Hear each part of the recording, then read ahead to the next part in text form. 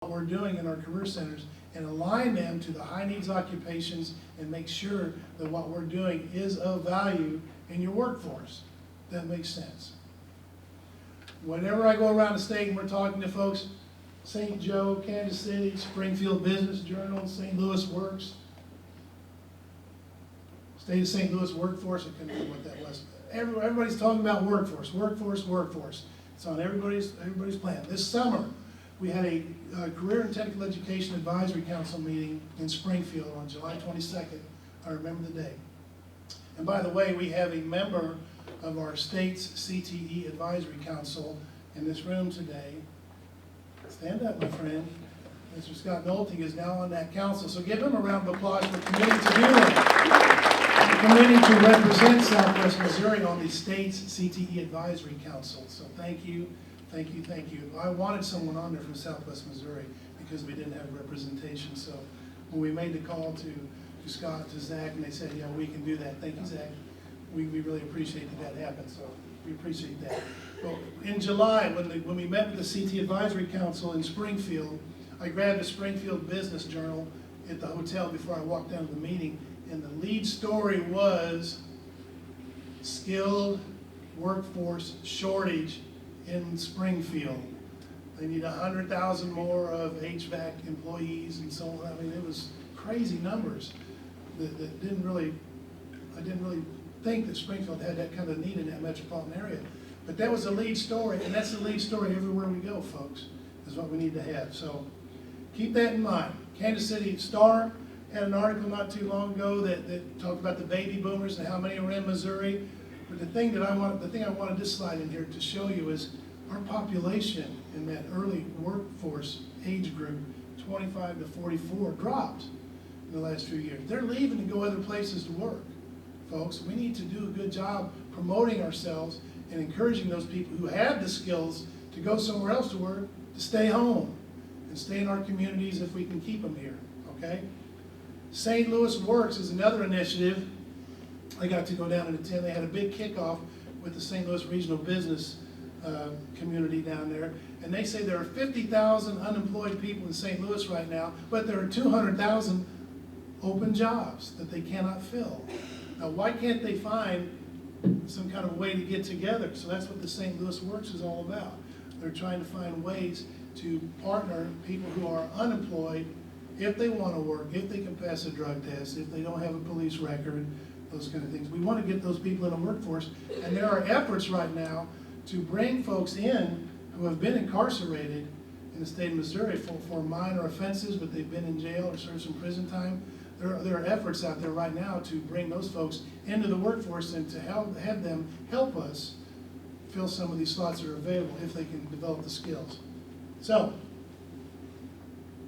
the other thing that was concerning is that they have lots of training programs, but people don't know where to go to find them. So they're trying to do a better job of promotion and marketing of what they're doing in St. Louis. So, at the Department of Elementary and Secondary Education, we no longer talk about we want to be one of the top 10 states by 2020. That went out the door when the state legislature said we couldn't use the Common Core standards, we couldn't be a member of the Smarter Balanced Assessment Consortium because those are the metrics we were going to use to compare with other states. So we've developed a new strategy, a new philosophy, and we share this everywhere we go. Now our philosophy is trying to get all students ready for success by the time they graduate. That means different things for different kids, and I love that. I embrace that philosophy.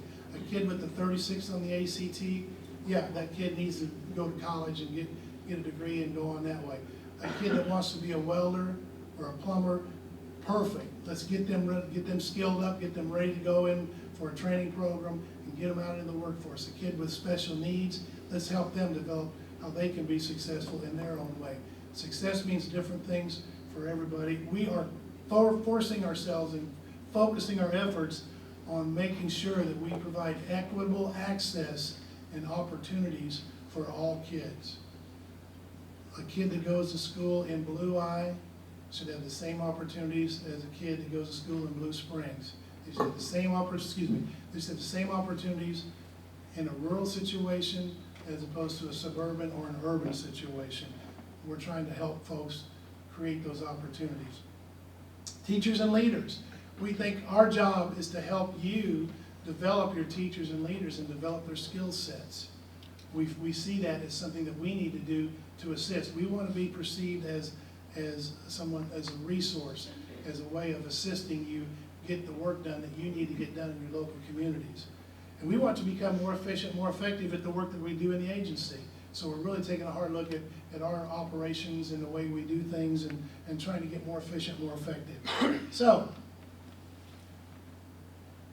we're going to have a new Missouri School Improvement Program plan here very soon. The MSIP, Missouri School Improvement Program. Okay, we're in our MSIP 5 right now. We're moving to MSIP 6. And one of the things that we're focusing on in MSIP 6 is the Success Ready metric. We're promoting all of these things, and Chrissy and Renee and Steve are going to talk about some of these things. But these are all going to be reflected in the new accountability system. Okay? We're going to talk about individual career and academic plans, and I believe Chrissy's going to talk a lot about that. But folks, that is a big deal.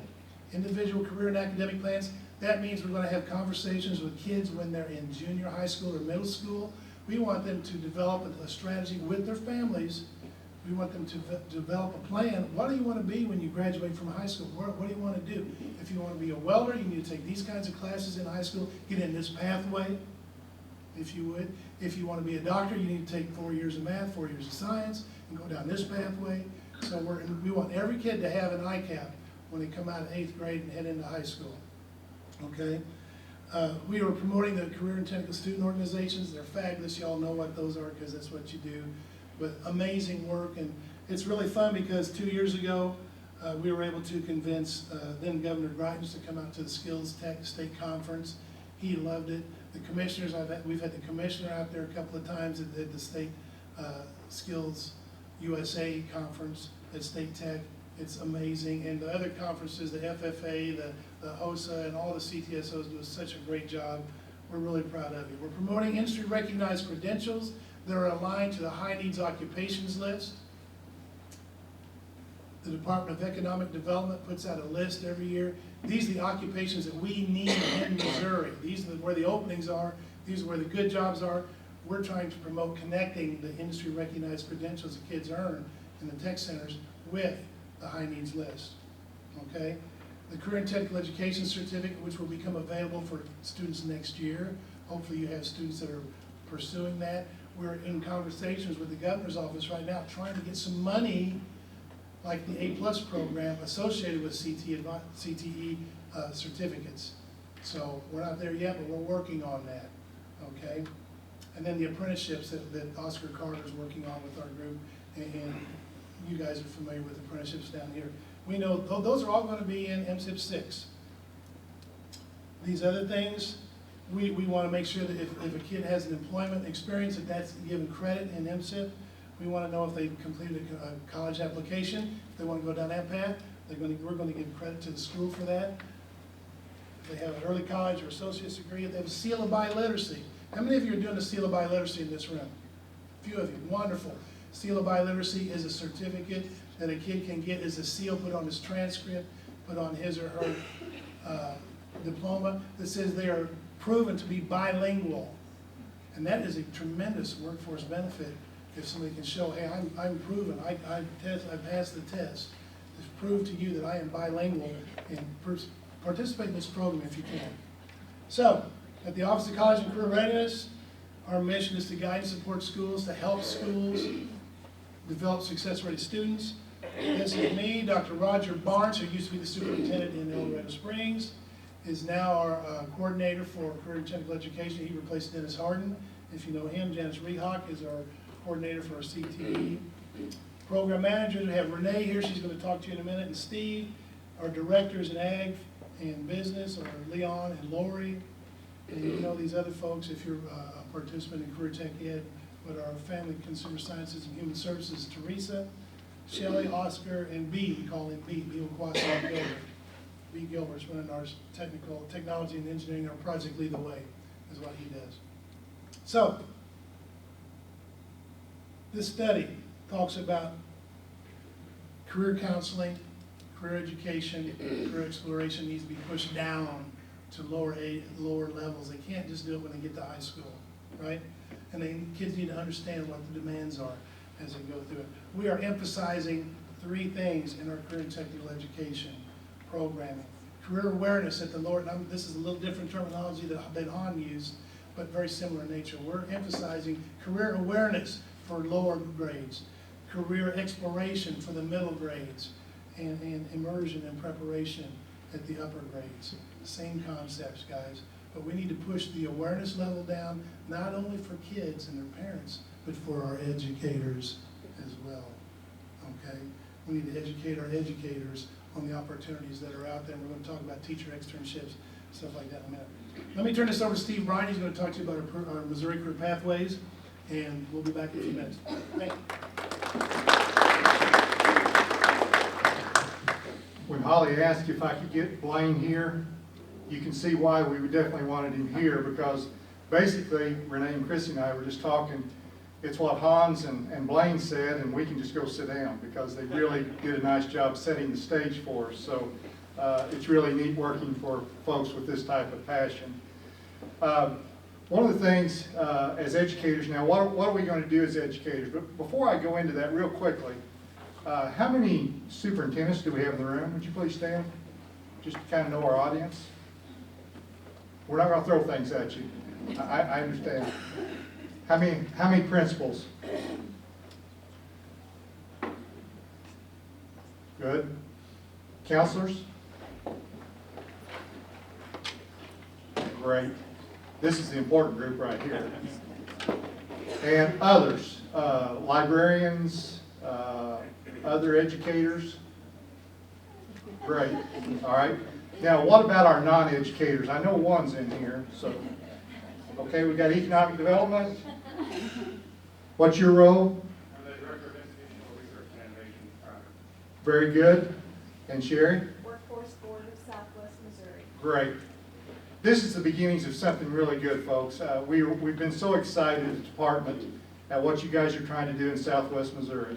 As Blaine said, what we focus on is the success-ready student. And it's going to take this type of group moving forward and working with our business and industry to really make that happen. This is what most Americans believe. They believe that we should be doing this. Whether you agree with that or not, that's the perception. So we need to see what we can do about doing a better job at what we've been doing and change some of the things that we've been doing. Here's one of our challenges. You see that the obligation we have that our young people have successful lives. That's quite a challenge that we're faced with. But most of us as educators in this room, we understand the challenges all too well sometimes. But anyway, this is our challenge that we do help our students have that successful life. One thing you need to understand, Pathways is not another initiative.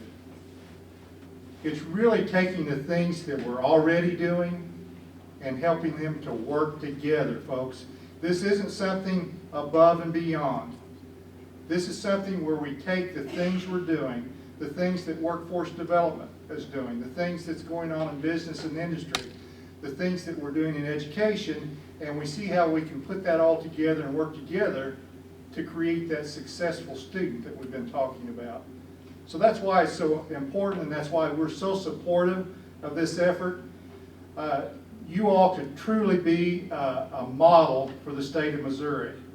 We've done a lot of things across the state. We've spent a lot of money in other activities, but this is the one time that we see all the players in place and at an attempt to really make this a great model. So we applaud you from the department. We want to fully support you in this, and we want to make this happen. So we will do all in our power to help you make that happen. So again, we appreciate what you're trying to do here. Our vision for Pathways is that success-ready student again, and here again is the ITAP. I won't talk about the ITAP because the ladies, I'm sure, will get in depth with that. That work-based learning experience, that's where we need our employers, though. Our students and our educators need that work-based learning experience. Most of our educators, and I'm going to talk about externships real quickly here in a moment, but that work-based learning is critical because most of our educators don't really know or understand what takes place in business and industry with our employers. So we have to educate our educators, and we'll talk more about that in just a second. Blaine's already mentioned that credential that we've talked about, and again, that family living wage, that's important. So that's our vision for Missouri Career Pathways. It's just very succinct, and there it is. And I think what this group is trying to do is truly trying to accomplish that. So these are the things that we do in Pathways across the state, working with workforce development boards, economic developers, with post-secondary.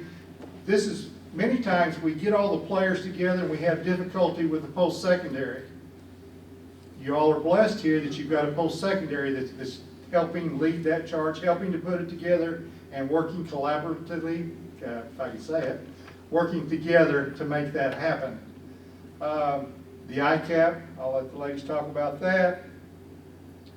Those career-connected learning, we've already talked about that. The teacher externships, that's really the focus in my programming. We try to encourage, we try to assist monetarily with teacher externships across the state.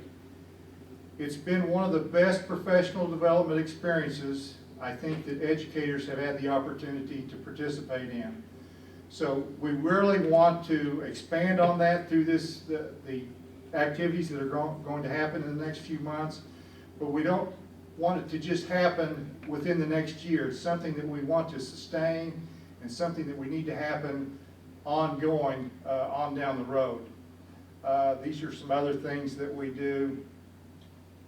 These are the goals for an externship. It's helping that educator understand the relevance of what they're teaching in their classroom. It's helping those educators think, hey, how can I make math relevant to my student and how it can work in the workplace? And what happens when our students are engaged? Good things usually happen, right? I see some smiles across the room. If we can keep those kids engaged, especially at that middle school level, getting those experiences for them, they can start working towards what they want to do in life. And it may change, but that's okay. But that's really our goal, is to get those students engaged in real world application. This is why I love teacher externships. Take a moment and read that. Every time we send a kid on an internship, we've affected one kid, and there's nothing wrong with that, that's great. But you send one teacher, and they have influence on X number of students. And that's where we can really scale this activity, and we can really have an influence, because truly, we can talk about counselors, but you look at the list of things that counselors do, and it's more than you can do in one day. We know that, and we pile things on you counselors, and we know that, we understand that.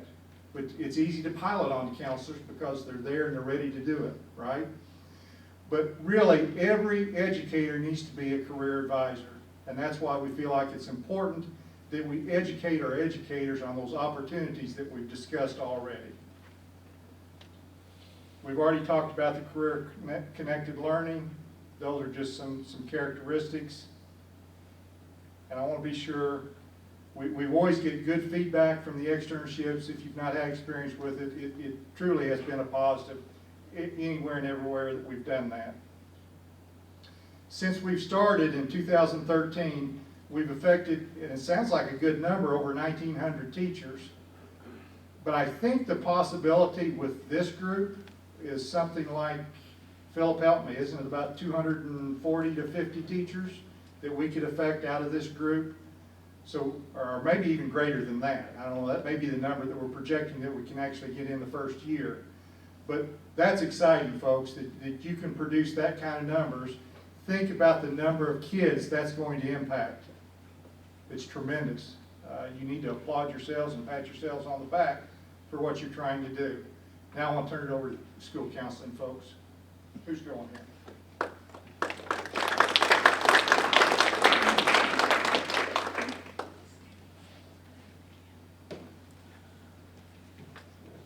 Thank you so much for letting us come share what we're doing with you, because as a practicing school counselor for 33 years, I can tell you, I truly remember all those other duties as assigned that school counselors get in, and it really is difficult. As school counselors use those 3 domains of academic, career, and social emotional with ridiculously high student counselor ratios to ask them to continue to do all of these things. So having this kind of a collaboration is imperative because school counselors can't be expected and can't do it all. So having the teachers involved, and as we get into some of the programs of study and the ITAP and having those CTE teachers and classroom teachers involved in helping school counselors, I think will make this the most beneficial for students. So Blaine and Steve pretty much shared all of the vision and mission, and I think we would pair that. We want to just share a couple of the tools that we've developed this past year and that this next year will we be using for training purposes and implementation in schools for students to move forward in that career and those post-secondary options that they have. So here's what we're doing in school counseling. We specifically had focused for this presentation on CTE and career opportunities. So in school counseling, we have a curriculum that is 2,400 pages of scope and sequenced, aligned with the Show Me standards, curriculum for students that is aligned K through 12. And as you know, we can't wait until middle school and high school to start talking to students about careers. They've got to start in those elementary years. So those elementary counselors are equally important. So we moved through our curriculum.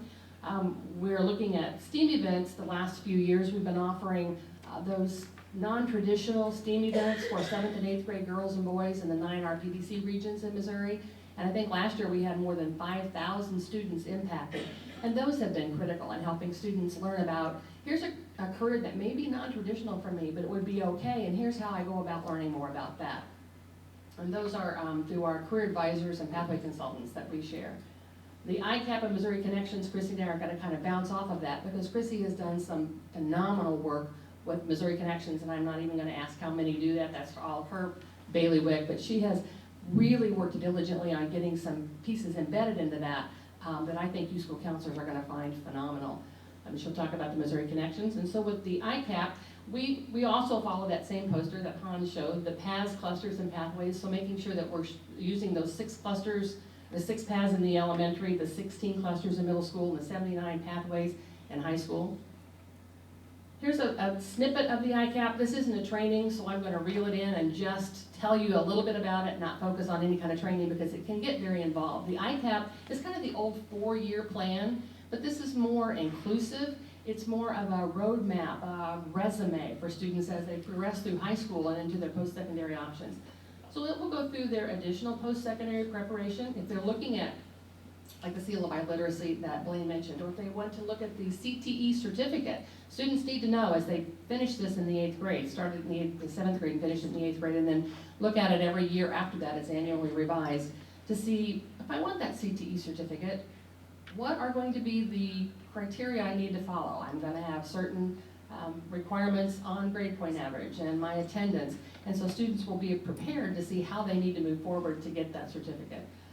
We want them to start looking at post-secondary options because there are multiple entrances and exits to go into CTE world. You can go to Crowder College and transfer to Missouri State. You could go out to the world of work and come back and get some post-secondary training. So we want them to be able to see that there are a variety of things that you can do. The second page starts getting more into that resume piece. We want students to start looking at their leadership abilities. Are you involved in a CTSO?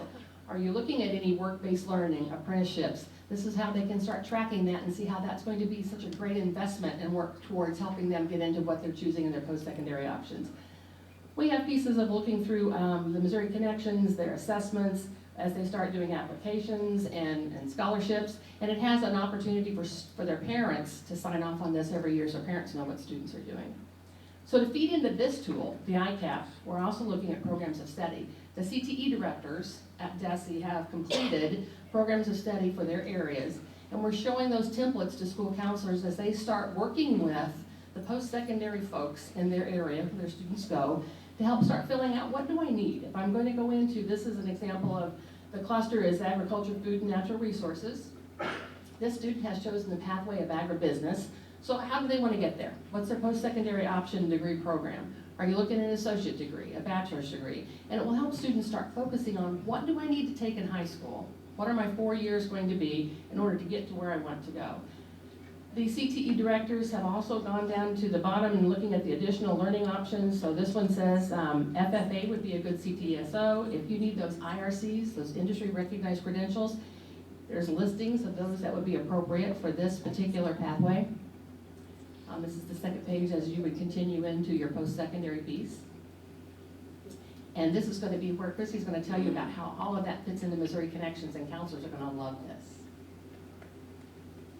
They give me 2 minutes if that tells you anything. So a Reader's Digest, because I get extremely excited about Missouri Connections and all the work that we've done. And this is the exciting piece for me because this involves where our students really get to come in and we get to define and find out where their interests are. So how many of you use Missouri Connections have heard of Missouri Connections? Okay, so I just want to do a really quick recap and then kind of share some of the things that we've done over the last year to make it easier for students to find where their path is, where they want to go. And I've jotted down so many things I've heard Mr. Meter and Blaine that I've heard 100 times that over and over, but it's so impactful about that occupation short, the employability skills, those things that employers want to see, college debt, those types of things. So I want to come back and revisit that. Missouri Connections is a online career exploration tool that is funded by the state that's offered to all public and charter schools for free. We have 4 different versions: Career Track, which is those elementary grades, junior version, high school, and college. So it's that comprehensive awareness, exploration, preparation piece. That K-12 is what we're really focusing on, because we all know that if we start career exploration in 7th or 8th grade, we've missed that mark. We've missed where those kids, where we could really catch those and find out what their interests are. So when we talk about awareness, exploration, and preparation, that is that comprehensive trajectory. That's starting in those younger ages all the way through high school, post-secondary. So Career Track's really going to focus on those 6 paths. And we brought those posters, I left them in the car, but we'll bring them in, that way you guys can take them back with you. Those 6 paths, that awareness piece. We're going to look at their types of personalities, the skills. We're going to introduce them to some of those occupations. My dad goes to work as a mailman every day. What does that look like? Is that something I would be interested in? The junior version, that's your middle school, those 16 career clusters. So we're taking that deeper dive into that awareness piece, from that awareness piece to that exploration. Okay, I might be interested in this. I might be good at some of this stuff, so let's dive deeper. So that junior version is so critical because that's also where we see that career cluster inventory assessment that is going to be on that ITAP as well as that direction that we want them to take.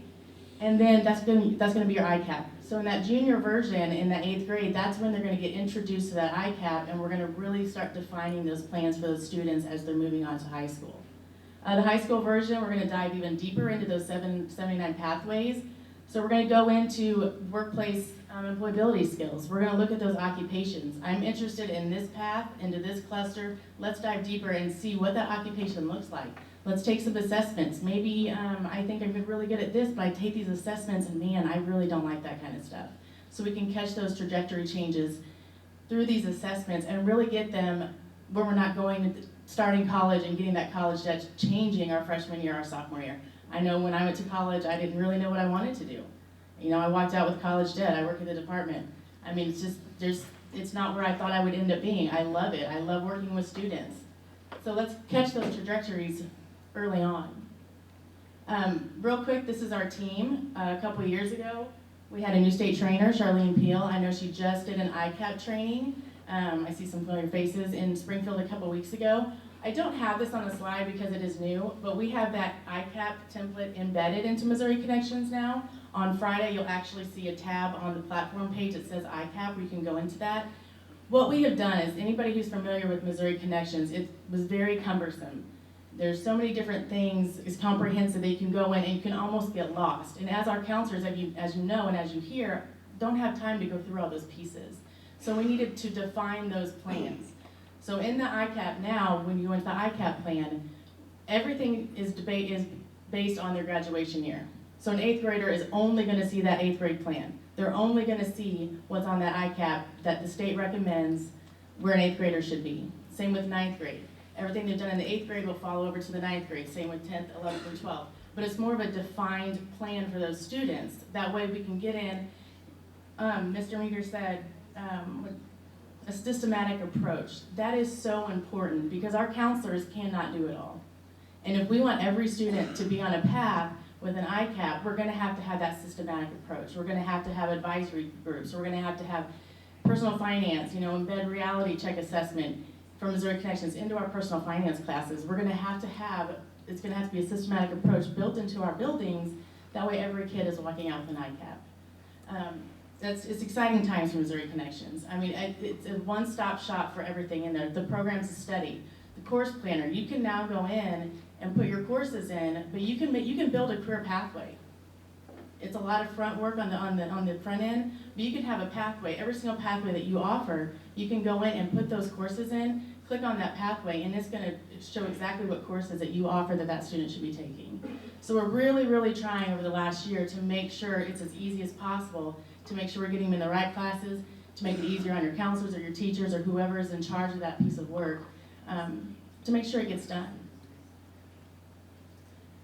Another resource that we offer is career advisors. Yours is Marcy Dowdy. She's also, Marcy Dowdy, and she's also the pathway consultant. How many people have met Marcy? I'm certain everybody in this room has. She's amazing. Her scope of work, we have career advisors and pathway consultants around the state. Some of them are half-time and some of them are full-time. Marcy is full-time, so she does both roles. Her vision and her scope of work is ITAP, Missouri Connections, those non-trad events, and then the teacher externships. We believe that this is the connection between business and industry and schools. What a beautiful marriage to have that to work, right? We talk about business and industry in our communities, and we talk about our schools, but how do we make that connection? So Marcy's done a phenomenal job of this shared vision of connecting schools to employers. So we're really excited about those folks. We're going into our third year with them. They've done a lot of really, really good work. They really focused on our DESE vision. And everybody's familiar with Marcy, so she's just out there rocking and rolling. Here's our contact information. And Renee and I always like to do something because I think sometimes we all get siloed and we're DESE, we're superintendent. So I want everybody to find a partner. You don't have to get up. One of you make a fist, and the other one, just stare at him for a second. Everybody got a fist? Okay, now your partner, try to open that fist. In a non-violent way. So thank you very much.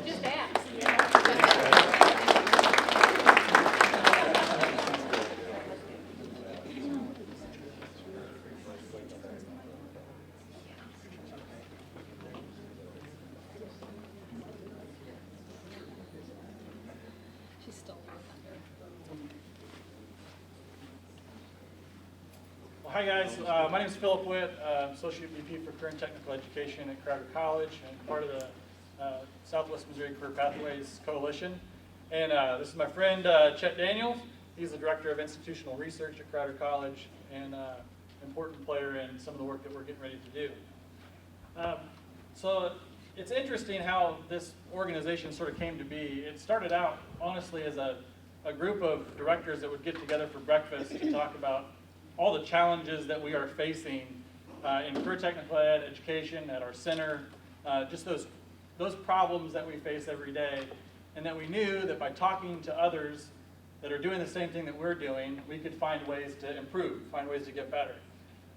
And the more that we talked, the more that we started to see the power of us working together on some of these issues. As we got to think creatively about things that we could do together in aligning programs, improving quality for students, helping them find connections to post-secondary education, it just made sense that we needed to work together. So some exciting things started to happen out of that group of a few people that were getting together to eat breakfast, and it's really fantastic to see this event now as a result of that. Some of the things that we saw in regards to writing on the wall were there were changes in the federal legislation regarding the Perkins Act. Perkins 5, or Strengthening Career and Tech Ed for the 21st Century Act, has really raised the bar for CTE in a couple of ways. It focuses specifically on program improvement, flexibility, data, and accountability. A couple of things that we have struggled with in CTE. Specifically on some of those data pieces. As the state began to roll out their state plan, we started to see some specific examples of what it is that we need to start looking at in regards to data points for career and technical ed. And so it really focuses in two ways. One, an internal look in regard to sufficient size, scope, and quality of our programs, and an external look at how those programs are aligning to the needs of our local area. And so this is where it started to make sense that we are looking at Southwest Missouri as an economic region, things that overlap and connections that can be made. So in regards to that internal look on size, scope, and quality, any of you that have worked with data understand the challenges, and the challenges for CTE are a little more unique, especially when you're talking about sending students to a regional center where they are collecting data and reporting some of the good things that are happening with students, and then that data is sent back to their home school in most cases, and there's a lot of things that are lost in translation. And we can see that specifically. We go to the MCDS portal and we try to pull up our data, and invariable things don't line up quite the way that we expect them to line up. So we looked at this as a really great opportunity for us to look at data internally. What is it that is happening inside our CTE centers? And find a way to report that all out from our centers so that we are collecting that data, we're reporting on that data, and we can provide a tool that not only our centers can use, but all 41 of those sending schools can use in order to improve the way we deliver CTE programming to students. So that's an interesting thing that we started to look at. We've been starting to collect some of that data in preparation for our Perkins Local Needs Assessment. And right away, we started to see why there's so many challenges in data collection at a state level, because there's so many differences in programs. We all know the reality of our schools and the individuals that are tasked with that, and when we have turnover and there's change, there's always challenge. And so by taking ownership of that data, we feel like we can really help paint a good picture of what's going on in CTE. So we started to collect some of that data, and this is real preliminary stuff. We're going to show you an example of what we feel like we can do with this data in the long run. But one of the things we talk about in scope of our CTE programs is what are the different program types that are offered and how many students do we have in those programs. And so right away we're starting to build some neat visuals of how we're reporting on this data for our students, breaking that down by center and broken down even further by what are the individual students from your local school district enrolled in at a program level, and following those students from beginning to end through this data system. So that's a very exciting thing for us. And it's some of the things that we're beginning to see here in the way we report data. I'm going to have Chet show you a little bit about what we hope to turn that into in regard to, it did stay there. So I have a background in school districts, worked in the public school districts for 10 years, and then have been at Crowder for the last 2 years. I know as educators, you're in a data-rich, discretionary, time-poor environment. You collect a lot of data for a lot of people, but the time to actually sit down and look at it and make sense of the data, that becomes a challenge. And it's no different in higher education either, so you guys aren't getting shorted. So there's a tool that we recently began using at Crowder that really helps take large data sets and create clear and actionable information. This is one example. So we have, this is a tool called Microsoft Power BI. We're feeding our data into this tool, and you can create visualizations that tell you so much about your organization or within your career and technical education centers. So this is just an example of a visualization that tells us something about our students in this fall semester. So this visualization tells us about our ethnicity. This visualization tells us about the majors of our students. This is the age range of our students, gender separated by full and part-time. What we imagine it's something that would look like for you guys is something like this. Not a visualization exactly like this, but this is, so Crowder has locations in Nevada, Joplin, Webb City, Jane, Cassville, Neosho. We have an online presence as well. And so what this allows us to do, so you can see that between all of our sites, we're educating 5,530 students. Uniquely, 4,401 students, but we have students that attend multiple campuses, so that's where the 5,330 comes from. So if I want to, and this tells the high school that they attended. So right now, among all of the schools, Neosho has our highest attendance rate, but we're also counting our dual credit students in that. So I can switch this over though, and I can look and I can say, okay, well, how many are coming from Cassville, for example?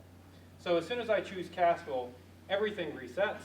I get visualizations that then tell me about my age range in Cassville, their ethnicity, their majors. So we can pull ACT scores.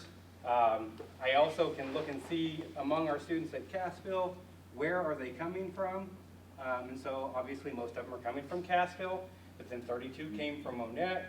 We have 32 less students that had GEDs, that obtained a GED and they're obtaining their education in Cassville. And what that does is those insights in a table are hard to get. But like this, now our Cassville location, they may want to turn their focus intentionally a lot more, and not to say that they're not already, but even more so to GED students. Because obviously they're attending at a high rate at our Cassville location. So we hope to have something from the data that you are going to share with us.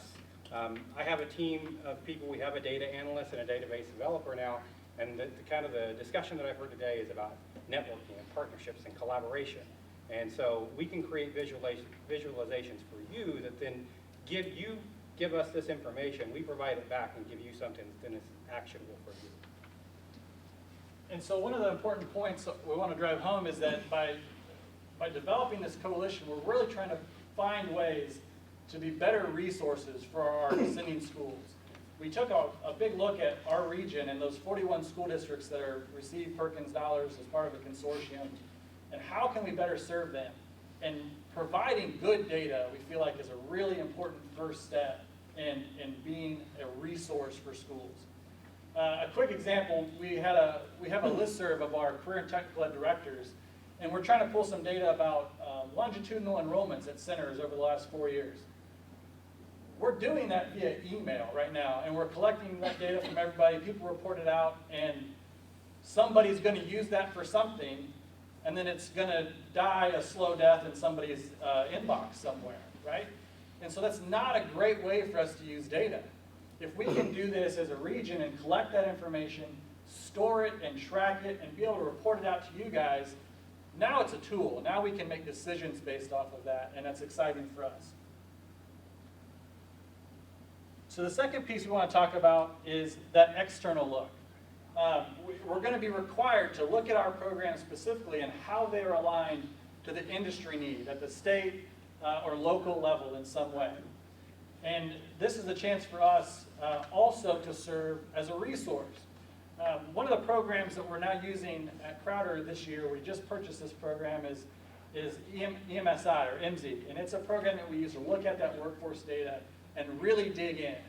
And so what we're hoping to do is take that data that we're developing as a coalition of our students and lay that over what that workforce need is and really help us make good decisions about what it is we're doing with our programs and how we're going to better connect those students to those workforce needs that we have locally.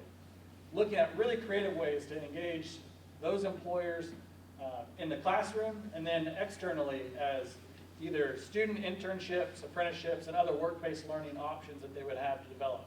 So that's really where that resource comes into play for us. If we can use that data and provide that to you guys, we feel like that would be a very valuable tool that you can have to make better decisions.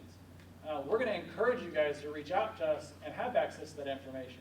There's a number of ways you can do it. You can buy it yourself, but the important thing here is it can be a cumbersome tool to use. And so we've got some expertise in-house that we want to offer to the coalition as a way to really look at what it is we're doing internally. You got anything to add before we look at our example, Chet? Just that, as Philip said, I mean, as teachers, we tell teachers to align their instruction to their standards, right? And the standards are going to drive what we teach. Within career and technical education, our standards really should be driven by our employers. And so my background prior to education, I worked in Walmart. I have a master's in industrial and organizational psychology, and we speak the language of knowledge, skills, and abilities. And so when I started looking at the MC tool, it lays out knowledge, skills, and abilities that are required for certain positions. And so what we can do is we can take that industry data about large employers in the area And then that can help inform the type of instruction that's going to be developed in the career and technical education centers as well. There was another, in terms of collecting that information, that's another tool, so the data analyst that we have on site can help kind of collect and collaborate that. And one of the things that I've tasked him with, Crowder has a 9-county service region, and right now he's developing data profiles on each one of those 9 counties to identify what is unique about each county. What is, the Department of Labor has something called a labor location quotient, which tells about the uniqueness of jobs in a particular area.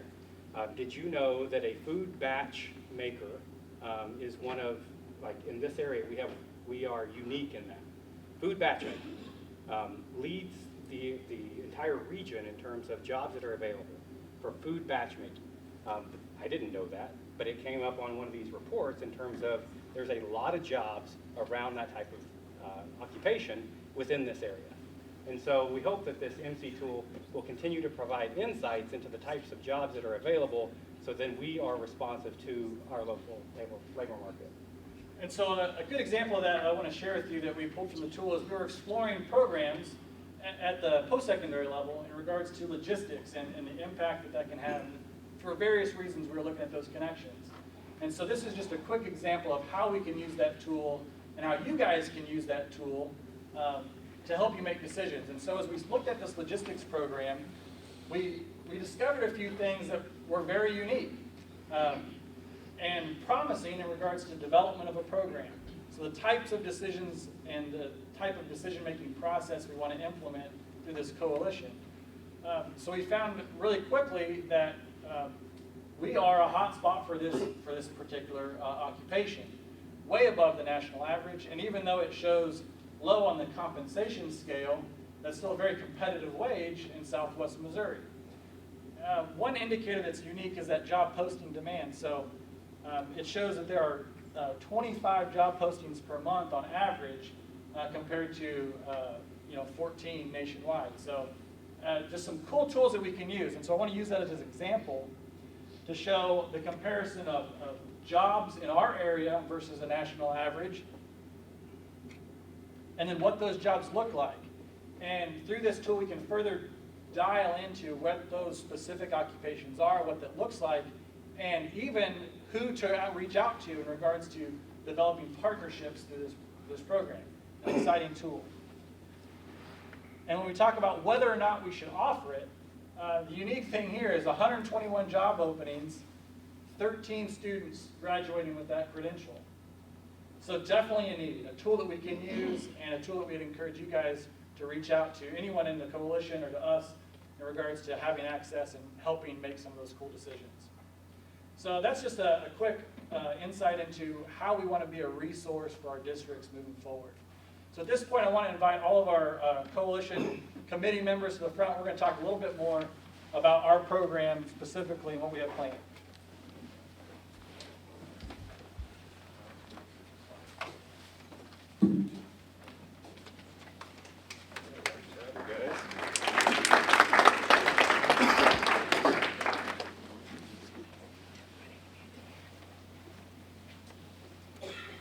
I'm Scott Nolting from Lamar Career and Tech Center.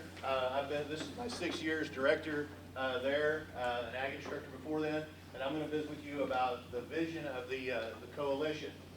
By 2025, young adults in the Southwest Missouri workforce will be highly skilled, supporting sustained economic growth and facilitating individual and community prosperity.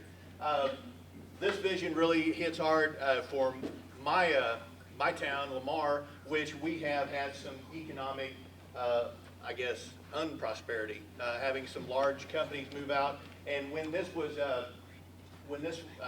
idea came about through us eating breakfast, there's Philip, and an idea of us being able to work together, my idea of local became outside of Lamar, and my local became the Southwest region because we are so mobile. Our students are so mobile. My students come clear from Greenfield. So with this vision, being able to think of Southwest Missouri as a local job market for our students from Lamar is really exciting. This is what we're looking at. The reason why we have that date in there, we discussed that quite a bit on 2025, because we wanted a target to make sure that you understood that we were going to come back and revisit this, and we had a measurable goal. By 2025, have we met this goal? I believe we already have highly skilled workforce, but being able to get that sustained economic growth and that facilitating that individual and community prosperity, that's what we're all looking for, is training students. Not everybody's going to stay in Lamar, but we're going to get some from Carthage or Nevada, and that melting pot type of atmosphere. And I'll pass it on to. My name is Melissa Smith, and I am the director of the Advanced Training and Technology Center in Joplin, and also the director of Training and Development Solutions, which is the customized training portion of Crowder College. I'm excited to be a part of this coalition. It's really tasked to do some really great things. We're already doing some amazing things in career and tech ed, but I think working collectively as Southwest area is going to be even better for our district. Our mission is to develop a coordinated system of career pathways that supports economic growth of our region by connecting education and industry partners. Our career pathway system engages employers as integral partners, expands high-quality dual enrollment pathway programs, advocates for and communicates the value of career-connected programs, delivers impactful career development to every student, and provides targeted professional learning for education, staff, and community partners. Each one of my fellow coworkers is going to be talking about each of these individually, so I'm going to let them showcase their goals. Good morning, I'm David Miller. I'm the director at Scott Regional Technology Center in Monette, Missouri. I'll let you guys get your alarms alerts out of the way first. Does this always happen when you talk to Well, my superintendent, Mr. Moreland, told me I should tell a joke, but then I got everybody laughing without telling a joke. So we're excited about the meat and potatoes of this whole thing of what are we actually going to do. So one of our goals, our first goal, is to increase the quality and the quantity of employer engagement experiences with students who are enrolled in those career pathways programs. Now, we said by an average of X% per year, simply because at this point we haven't gotten all of the baseline data put together. So when you start talking about those ways that employers are engaged with our students, we can talk about our work-based learning experiences, our internships, our apprenticeships, our job shadowing, those kind of things, but we're also talking about career fairs and advisory and all of the ways that they are involved with us. So the first thing we felt like we need to do is get that baseline data, try to figure out exactly what everyone is doing, then take a look at how we can learn from each other and do some things across that way. Taking a look with our students, our parents, our employers, our instructors, how do we raise the quality of that? Because we bring in an employer doesn't always mean that it was a quality time with them, so what do we do? How do we raise that quality there? And then also, how can we raise the number of times our students are exposed to those adults in our community? So that's kind of our first goal in a nutshell, and where we kind of plan to head with that. So, Thank you, David. We're the meat and potatoes culinary idiom. I'm going to use an auto tech idiom, where the rubber meets the road. This is where we're really excited about the goals that we've set and the action steps that we're taking. So our second big goal was offering a seamless transition with dual credit agreements to post-secondary, which selfishly was really not just good for our students, it's also a big part of the new Perkins 5 legislation. So as a group of directors, we started with that goal, and as we looked at what it's going to take to come to adequate dual credit agreements, we realized a lot of the action steps are going to be beneficial because our instructors are going to have to really look at their programs of study. We're going to have to improve the instruction that we're providing. So the action steps we've taken is, first, we've identified 7 programs that we're going to start with as a coalition to begin organizing those programs of study for similarity. We're going to form professional learning communities with all of the instructors within the coalition that teach that subject area, that program. They're going to come up with common outcomes. They're going to look at common curriculum. They're going to study what resources are necessary to get there and come up with a common industry-ready credential that's aligned with what the region needs. Once they've done that horizontal alignment, while working simultaneously with Crowder and any other post-secondary institution that's interested, we can do that vertical alignment that allows all of your students within hopefully every program to have a dual credit pathway within their program of study. And that is exciting for every student at all 41 districts. We're very excited for that. I'm Eric Schneider, the director at the Nevada Regional Technical Center. I don't think I introduced myself. I'm going to hand off to our next goal. Thank you. Hi, I'm Annessa Garner. I'm the Career Services Coordinator at Scott Regional Technology Center in Mona, Missouri. And our third goal is professional development. How do we do this? How do we get there? Dr. Witt explained how powerful it was when those directors came together, but it's got to go down. We've got to educate our teachers and our staff and our instructors through coordinating professional learning experiences, quarterly professional learning experiences targeted to our stakeholders within the career pathway systems based on specific analysis of their needs and their interests. As Eric mentioned, through professional learning community structures, our goal is to bring CTE program instructors together to align that curriculum to industry standards and needs, prepare common assessments, including IRCs, share best practices, including differentiated instructional strategies for special populations that allow your students to flow seamlessly to careers or post-secondary or additional post-secondary education. Also, for our CTE advisors and career counselors such as myself, we hope that they can, in these learning opportunities, get together and prepare marketing materials, learn better, have a better understanding of our local CTE programs and post-secondary bridge programs that are available to your students. Also, for our non-CTE instructors or your core teachers at your sending schools, our goal is that these teachers are allowed to participate in professional learning that includes industry externships that we mentioned earlier. And we have with us today Jeff Brown. Where did he go? I'm right here. There he is. He's here to share with you some of his experience with the Pathways Grant and those teacher externships.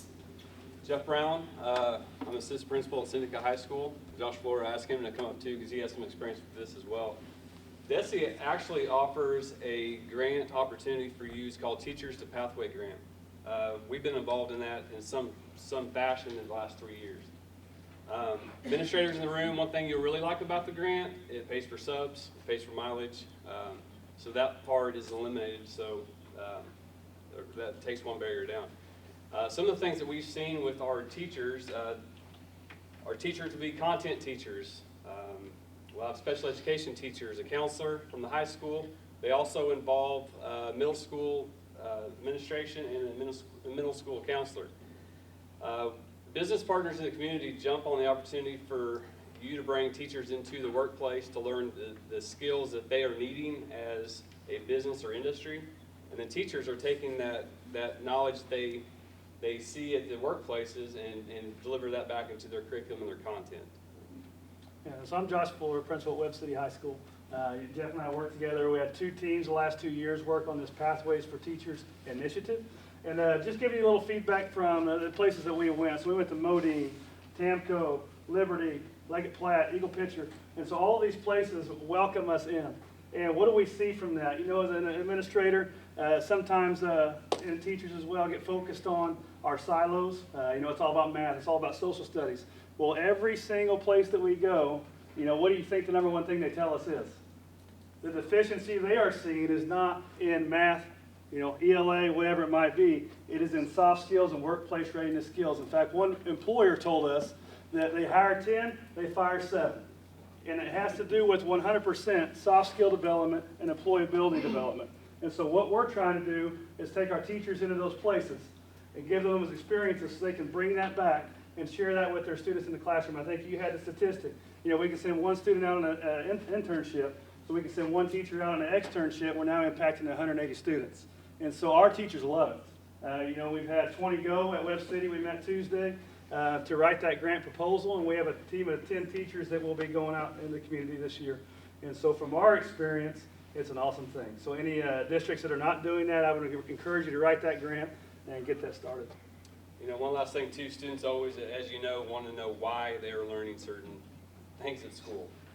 Now our teachers can explain the real world application with the things that they're teaching in the classroom.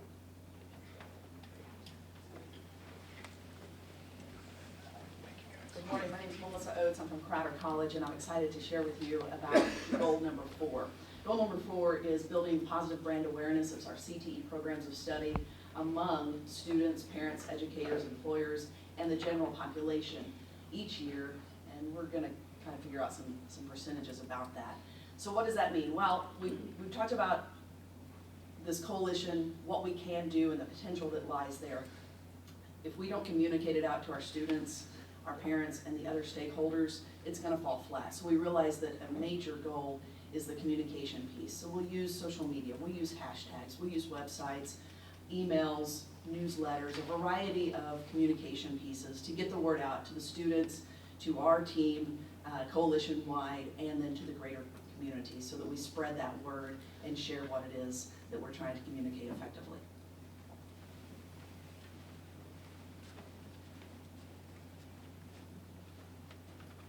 I'm David Weber. I am the director of the Crowder Technical Education Center, and I have Goal 5. This goal was set in place for your districts to understand the importance of the collaboration and that you're not alone in this process. It's to improve implementation of the individual career and academic planning for the students and their families. For this goal, Goal 5 is set into place to help create awareness and understanding of the availability and opportunities within each CTE pathway. In this process, we will help you identify the district's needs and help to break down those barriers within the ITAP implementation. With Southwest Missouri Career Pathways Coalition, we'll support the district during this process with regional workforce data, professional learning communities, a state and local advisory, and the key important to this is we will actually help you with the advisory of each student. The student advisory is the key part to this. They need to know where they're going, where they want to go, the pathway that they have to take to get there. So that is Goal 5. Okay, I think our next one is getting involved with Dr. Henderson.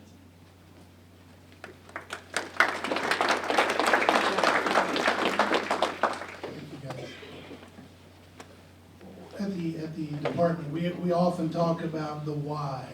Why do we want to do this? Why should we do that?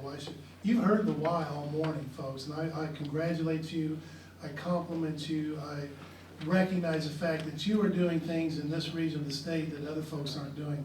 So give yourselves a round of applause, if you would, please, because this is fantastic work. So if most of you are already on board, I can tell that. But if you haven't become on board, if you've been thinking about should we engage in this or should we not, let me give you some of the things about the what you can do now. Okay. First of all, we want you to designate a point of contact at the district. So each district knows who the other person is in another district, so they can collaborate, they can communicate, and employers could know who the contact person is, and so on and so forth. It's so important that you have a point of contact to organize and structure the work that's done and provide focus for everyone. Designate some people to participate in the work on each goal, or more than one goal if you want to participate in more than one of the goals. There are some tremendous opportunities here for Southwest Missouri's kids and their educators that work with them, so please get involved in that part of it.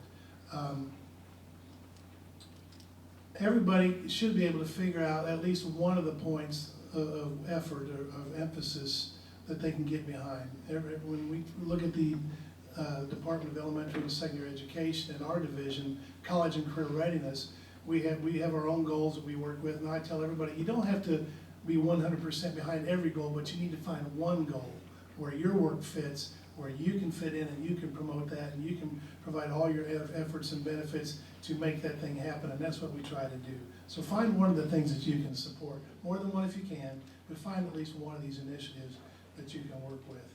And when you work on number 3, when you work on expanding employer engagement, you know, this is a really neat idea. Instead of trying to do this individually in your local communities where you might be limited with the employers in that particular physical area, you're working collaboratively, you're working regionally. And when we went around with the state last year in our Talent for Tomorrow and Best in Midwest meetings, we heard loud and clear the efforts of Missouri's economic development system need to be regional in nature, not just across the state. They need to be regional in nature. And you all in Southwest Missouri, you have tremendous infrastructure in terms of transportation. You have all kinds of agricultural opportunities in this area and other things as well. Those two come foremost in mind. But you need to have a one-person contact. The complaints we get from businesses and employers sometimes is that, hey, I have 22 schools calling me, wanting me to do something. I have so many schools, I can't commit to everybody. If I just had one person that would call me and would organize and structure, I think we can make something happen. When so many people are calling me, my tendency is just to say no, and I don't return the emails, I don't return the calls. So try to get to one person. You heard about the value of the teacher externships. That's Steve's program. He has funding available to support that initiative. You heard the gentleman from Webb City and the other, where was the other gentleman from? Seneca, I'm sorry, boy, I'm sorry. And Seneca and the opportunities that their teachers are going through and the experiences that they're having, it is a tremendous benefit for those folks to get out and get into the workforce, to see what's actually done. Manufacturing is not dark, dirty, and dangerous anymore. If you go to some of these places, they're wearing lab coats and working with microchips, and I mean, it is robots. It's amazing the work that's going on. So make sure that you get your teachers out there so they understand what they're talking to their kids about, and they can see the relevance. They can communicate the relevance to what's going on in the classroom with what's available for them out there in the world of work. It's so important to do that. We really embrace the efforts that you're going through down here. And last but not least, of course, it's communication, communication, communication. And I read something last week that said you have to get a message out 11 or 12 times before it registers with anybody.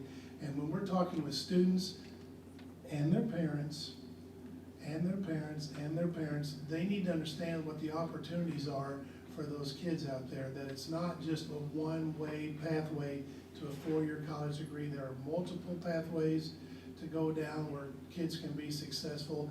And in the Missouri Connections work that Chrissy talked to you about, and the interest inventories are invaluable there. The kids can really see what they're interested in doing, and they can look at the kind of lifestyles that they want to live. With the reality check thing, that's kind of a neat little thing. What kind of car do you want to drive? What kind of home do you want to live in? And you answer questions like this, and then at the end of the day, I'll give you, well, if you want to do that, you need to earn $500,000 a year.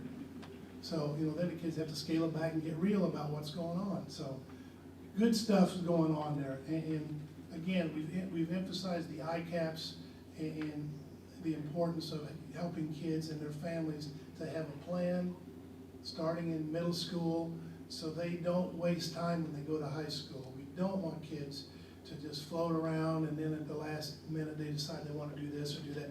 Help them focus earlier with the realization that, as young people will, they will probably change their minds halfway through the path, okay?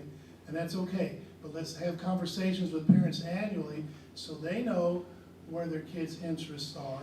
So you know, as educators, counselors especially, where the parents think their kids want to go, and then you can build the bridge to what needs to become reality. So the things that you're doing here hit directly with our three main goals at the department. You are providing opportunities and access for students. You're providing teacher and leader development opportunities so they can become more effective with what they do. And you're becoming more efficient and more effective by working collaboratively as a region. I congratulate you 100%. Go in there and get this done, folks. Make it happen, okay? Thank you, and good luck.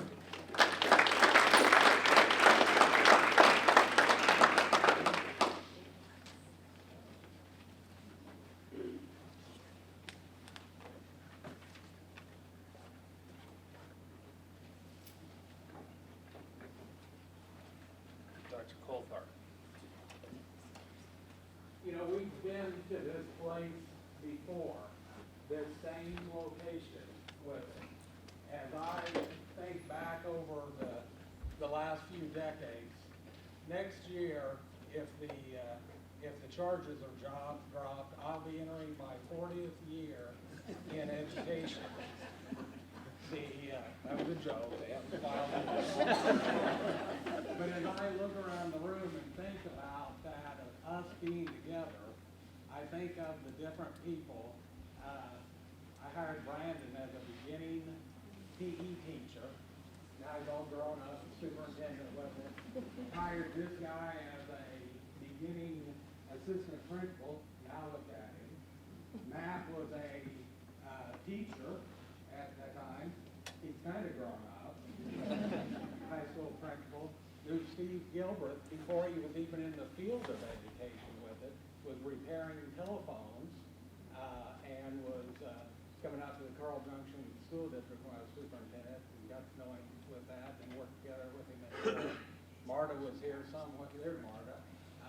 When I was principal at North Middle School. So I know for a fact that we've been to this place before. We've been to this location where we've tapped on the door of this is what we need to do.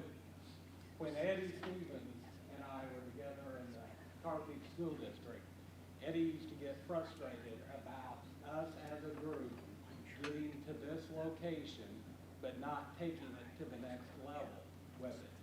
And when we hired Eddie at Carthage, that was one of the goals with it, was what we're doing right now.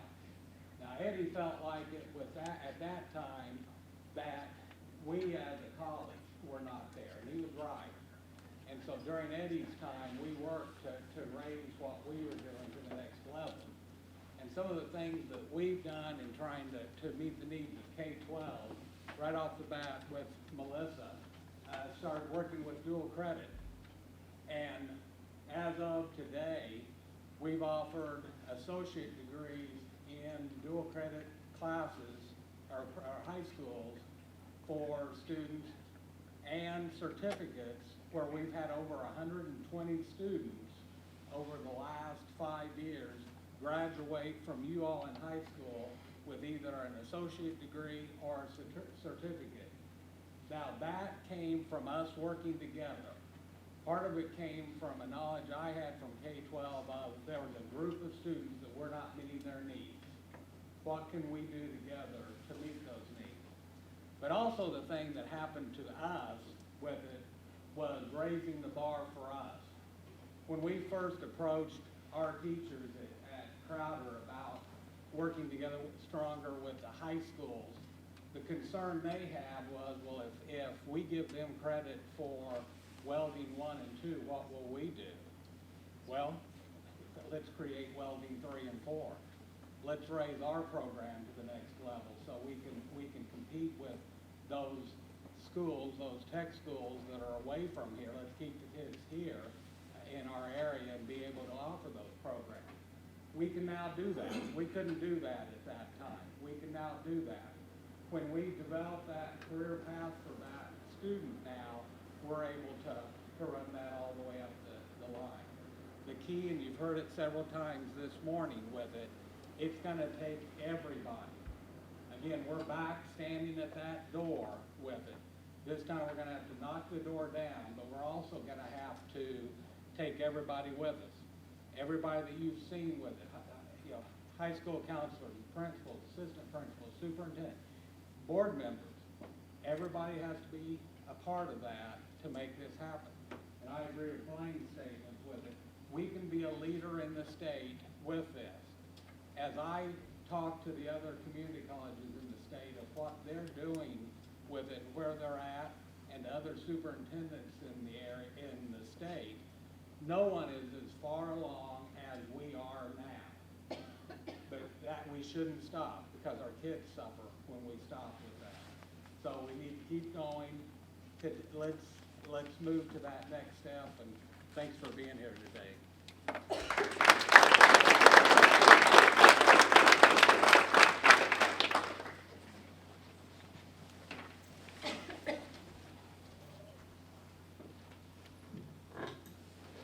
All right, well, we've given you a lot of information today, and we know that. We wanted to bring everybody to the table because we find value in this. The directors in this coalition are very passionate about this, and we are working together to make things better for our students, for our schools, and for our business and industries. So we don't want this conversation to end. We want you to go back to your home schools and talk to the people that you need to talk to. If you're a sending school, you need to talk to us as directors and see how we can work together. There's a few things that we're going to ask you to do. Dr. Henningsen has already said those. I want to say those one more time because it's not 11, but it is 2. You're going to be getting some information to respond to be an invitation in this coalition. We are going to ask that you assign a point of contact to make it just the communication process a lot easier. And then again, I just can't emphasize enough, please communicate with us. Let's talk. Let's not let this just go by the wayside anymore, because we've reached the fork in the road and we have to do something in order to just make our communities the best they can be. So Dave's going to come back up and talk to you about an event that we're going to have later on this year.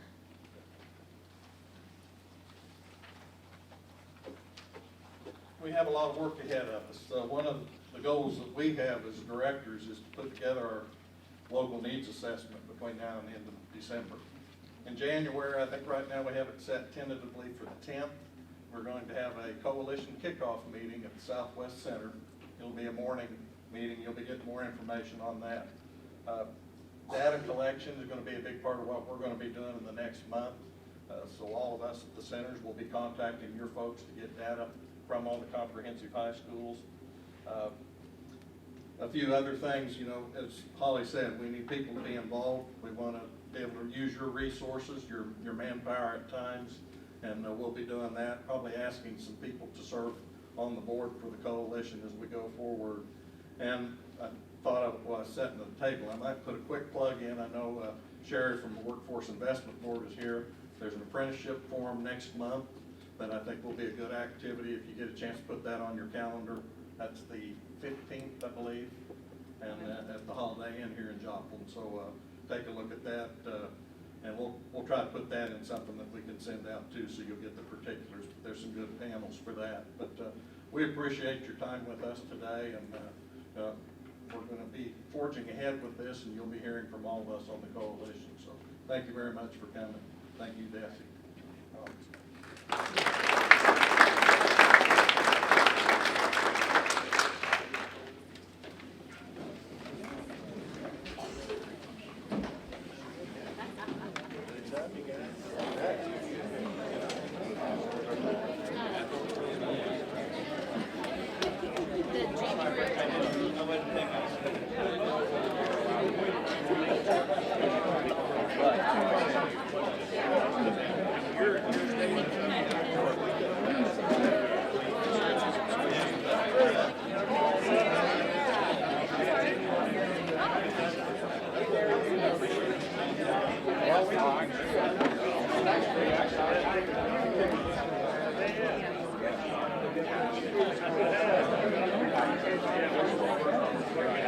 Everything you need.